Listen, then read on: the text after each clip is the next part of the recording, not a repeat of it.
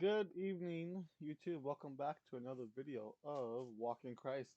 This evening, we'll be reading from the evening portion of Evening and Morning by Charles H. Spurgeon. I'm running a bit late due to some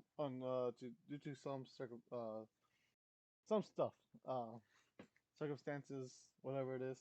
Yeah, we're going to continue with evening. Let's get to it. And God saw that the light was good. Genesis 1:4. This morning we noticed the goodness of the light and the Lord's dividing it from darkness. We now note the special eye that the Lord had for the light. God saw the light. He looked at it with complacency, gazed upon it with pleasure, saw that it was good.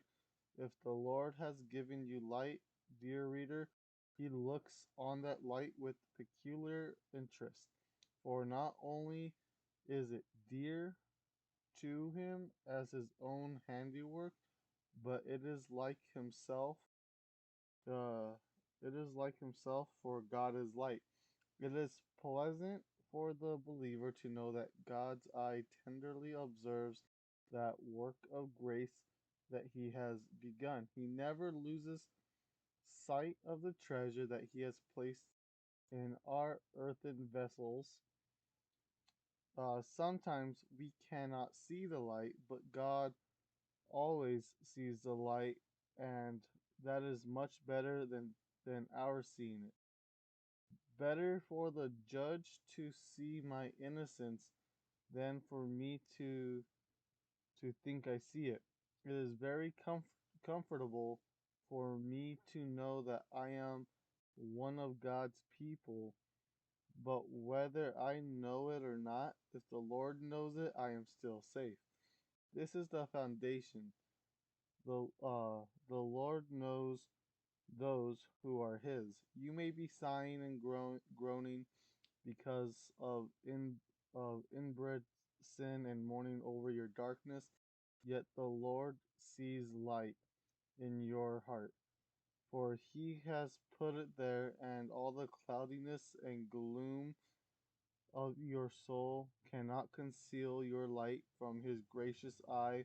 You may have sunk low in despondency and even despair, but if your soul has any longing toward Christ, and if you are seeking to rest in his finished work, God sees the light. He not only sees it, but he also preserves it in you. I, the Lord, do keep it. This that This is a precious thought to those who, after anxious watching and guarding themselves, feel their own powerlessness to do so. The light thus preserved by grace, he will one day develop into the splendor of noonday and the fullness of glory, the light within his dawn of eternal day. Ooh, man, that was a good day, a good morning, evening day of reading this. I can't wait for tomorrow's. I will be making the next Bible study soon. It might be posted as tonight or be posted tomorrow.